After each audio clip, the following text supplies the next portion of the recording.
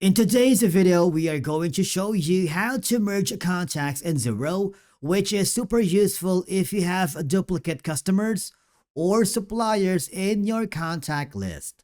Let's begin. Now, the first thing that you need to do is log in using your credentials inside the dashboard on the top menu.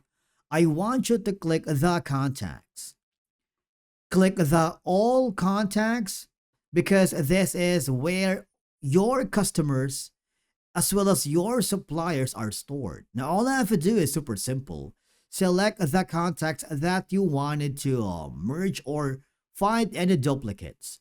In my case, I have this, how to merge contacts in Xero, and I wanted to merge it alongside with how to merge contacts in Xero. So I have 3 contacts that I wanted to merge.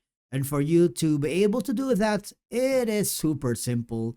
I want you to click the merge button on the top corner. Okay.